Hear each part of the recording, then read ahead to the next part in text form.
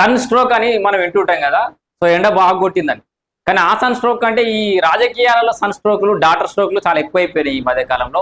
అటు కల్వకుంట్ల కవిత రాజకీయంగా ఒక రకంగా కేసీఆర్ ఇబ్బంది పెట్టడం కావచ్చు, ఇంకా కొన్ని రాష్ట్రాలలో వాళ్ళ కొడుకులు ఇబ్బంది పెట్టడం కావచ్చు, వాళ్ళ ఓడిపోవడం కావచ్చు, తెలంగాణలో కూడా ఒక రకంగా కేటీఆర్ వల్ల కేసీఆర్ ఓడిపోవడం కావచ్చు. సో కారణాలు ఏమైనా సన్ స్ట్రోక్ అనేది బాగా పాపులర్ అయిపోయింది ఈ మధ్య కాలంలో. సో ఈ సన్ స్ట్రోక్ కు బండి సంజయ్ కూడా బలైపోయినా అంటే ఇక బలైపోయినట్టే కనబడుతుంది ఒక రకంగా వాతావరణం అయితే. సో నిప్పు లేనిదే పొగరాదు అన్నట్టుగా. సో ఎంతో కొంత అక్కడ ఏదో జరిగింది కాబట్టి విషయం బయట పొక్కింది అనేది అయితే కొంతవరకు నిజం. అయితే అక్కడ ఏం జరిగింది, హనీ ట్రాప్ అని కొంతమంది. సో ఇక్కడ బండి సంజయ్ కొడుకు ఈ బండి భగీరథకు సంబంధించి చాలా సంచలన కథనాలు వస్తున్నాయి. అన్ని వార్తలు ఒక్కొక్క పేపర్లో ఒక్కొక్క ఛానల్లో ఒక్కో రకమైన వర్షన్లు వస్తుంది.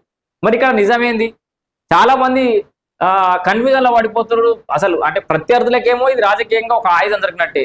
అన్న దేశం కోసం ధర్మం కోసమా అన్న, లేకపోతే దేశం కోసం ధర్మం కోసం కొడుకునైనా బలిస్తా అని అంటారా, దాన్ని ఏమంటారు, అది సినిమాలు ఉంటుంది కదా ఎన్టీఆర్ సినిమాలో. సో జనతా గ్యారేజ్ లెక్క కొడుకునే వేసేస్తాడా, ఇట్లా రకరకాలుగా అంటే వేసేయడం మీన్స్ బొక్కలో దోసేయరు అంటాడా, ఇట్లా ప్రచారం నడుస్తున్న తరుణంలో ఇక్కడ మిషన్ ఈయనెవరు బండి భగీరథు హనీ ట్రాప్ అనే ఒక కథ నడుస్తుంది. సో హనీ ట్రాప్ అని ఒకరు, రేప్ జరిగిందని ఒకరు. ఇక్కడ ఇంకొక కీలకమైన అంశం ఉంది, కొంచెం నేను డిలే చెప్పడానికి కారణం ఉంది.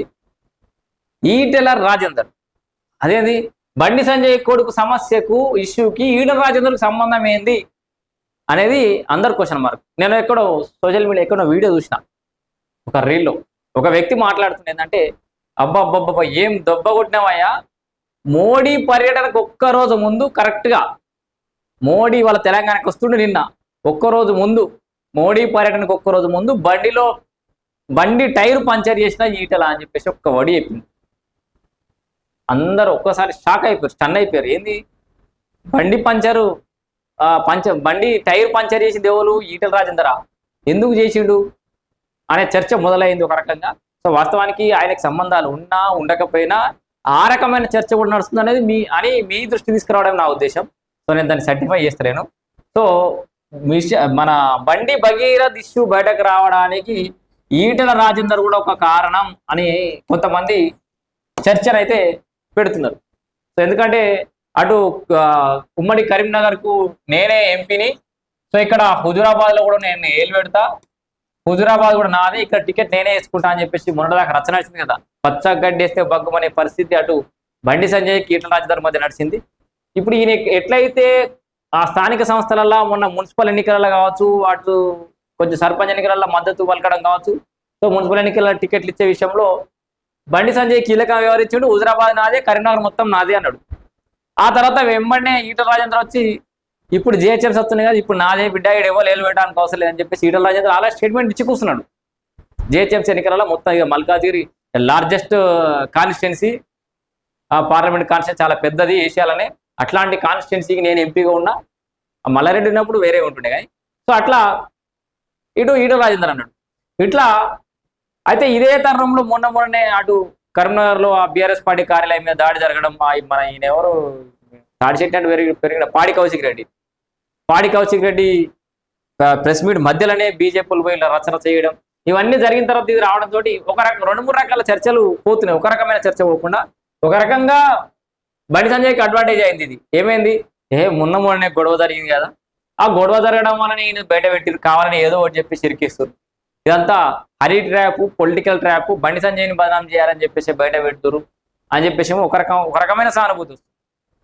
ఈటెల రాజేందర్ లాంటి వ్యక్తులు చేసిరని చెప్పేసి ఒక వర్గం మొత్తుకుంటుంది. హనీ ట్రాప్ ఇది అని చెప్పేసి ఇంకో కొన్ని ఛానళ్ళు. సో ఏదేమైనా ఇంకా కొన్ని ఛానళ్ళు ఏమో ఆయన కొడుకు ఏదో చేస్తే బండి సంజయ్ని ఎందుకు లాగడం ఇలా అంటే, నిజమైతే నిజంగానే ఈ రేప్ కేసు లేకపోతే మైనర్ బాలికను ఇబ్బంది పెట్టిన అంశం ఏదైనా ఉంటే ఆ అబ్బాయి వరకు రాలి, కానీ తండ్రిని ఎందుకు లాగడం అని కొంతమంది, లేదు తండ్రి మీద కోపంతో కొడుకులు లాగడం ఎందుకని కొంతమంది. సో ఏది ఏమైనా మరి ఈ కేసు ఎక్కడ రాకపోతుంది, ఇక్కడ డిసెంబర్ 31 ఏది ఈ సంఘటన జరిగింది, రేపు జరిగిందని చెప్తున్నటువంటి అంశం ఏదైతే ఉందో డిసెంబర్ 31 నాడు జరిగితే ఇప్పుడు ఏప్రిల్ మే దాకా వచ్చినాం మనం. ఇప్పటిదాకా ఎందుకు కంప్లైంట్ చేయలేదు? సో ఇక్కడ జనరల్ ఎందుకు చేయలేదని మీడియా ముందుకు రాగానే అందరూ ఈ ప్రశ్న అడుగుతారు. అడగగానే వాళ్ళు చెప్పే సమాధానం నేను చెప్తున్నారు. మమ్మల్ని ఎన్ని రోజులు భయపట్టించారు, బయటకు వస్తే చంపేస్తామన్నారు, అందుకే మేము బయటకు రాలేదు చెప్పలేదు అంటారు. సింపుల్గా అందరి దగ్గర నుంచి వచ్చే ఆన్సర్కి ఇది. అది బయటకు వస్తే, లేదు బయటకు రాకుండా కప్పేస్తే కథమే. మనమంతా జర్రి జనాలం. ఇవాళ ఇది ట్రెండింగ్ ఉంది, ఇవాళ మూడు ఏమైనా సెన్సేషనల్ కామెంట్లు చేస్తే అది అడ్డుపోతుంది. పొద్దున్న దాకానేమో మన ఈయనెవరు జోసెఫ్ విజయ్ నడుస్తుంది సీఎం ప్రమాణ స్వీకారం, ఇప్పుడు మోడీ నడుస్తుంది, రేపేళ్ళుండో ఇంకో ఇష్యూ తెరదికి వస్తుంది. ఆయనతో కథం, ఇది ఇటు అదటు. మీరు గీతదానికి మాకు పంచాయతీలు ఎందుకు, ఇల్లు ఎందుకు? చట్టం తన పని తను చేసుకోపోవాలి. నిజంగానే అక్కడ నిజంగా బీసీ నాయకుని నేను అని చెప్పేసి బండి సంజయ్ అంటుడు. ఆ మహిళ కూడా బీసీ మైనర్ బాలికని అని చెప్పేసి, మరి బీసీ మైనర్ బాలికకు అత్యాచారం జరుగుతుంటే మీరు ఇట్లా ఇవ్వకుంటారా అని చెప్పేసి కొంతమందిని అంటారు. నిజాలు బయటకు రావాల్సిన అవసరం ఉంది. మీడియా ముందు పోలీస్ బ్రీఫింగ్ అయ్యేదాకా ఓపిక పట్టాల్సిన అవసరం ఉంది. మీడియా కూడా అత్యుత్సాహం ప్రదర్శించి ఉన్నది లేనట్టు లేనిది ఉన్నట్టు చూపెట్టాల్సిన అవసరం లేదు. పోలీసులు బయటకు వచ్చి ఛార్జ్షీట్లో ఏం పెడతారు, పోలీసులు కేసు నమోదు చేసిరా లేదా? ఇప్పుడు నిజంగానే ఇవాళ రేపు ఒట్టి ఎవరు కొట్లాడతలేరు.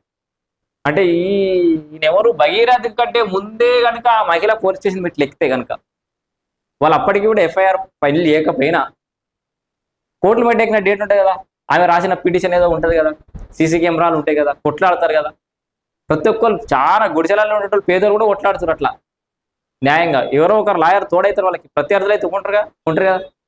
ఫలానా రోజు ఫలానా టైంకి పోలీస్ స్టేషన్ మెట్లెక్కింది బాధితురాలు, అప్పటికి ఈయన కేసు నమోదు కాలేదు, ఈయన పిటిషన్ ఏ టైంకి ఇచ్చిండు, ఏ స్టేషన్కి పోయండు, ఎన్ని గంటలకు పోయండు అన్ని ఇస్తారు బయటకి. ఎందుకు ఆగం మనం అంత ఆగమవుడు? మోడీ సభ అయిపోగానే క్లారిటీ వచ్చే అవకాశం ఉంది. మరి ఈయన విషయంలో, బండి సంజయ్ కొడుకు విషయంలో మీ అభిప్రాయాన్ని తెలియజేయండి. నిజంగా నేను తప్పు చేసిన అనుకుంటురా? చేస్తే బండి సంజయ్ని పేరు మనం వేయాల్సిన అవసరం ఏమైనా ఉందా? హైప్ కోసం బండి సంజయ్ పేరు తీసుకొస్తురా? కామెంట్ రూపంలో మీ అభిప్రాయం తెలియజేయండి.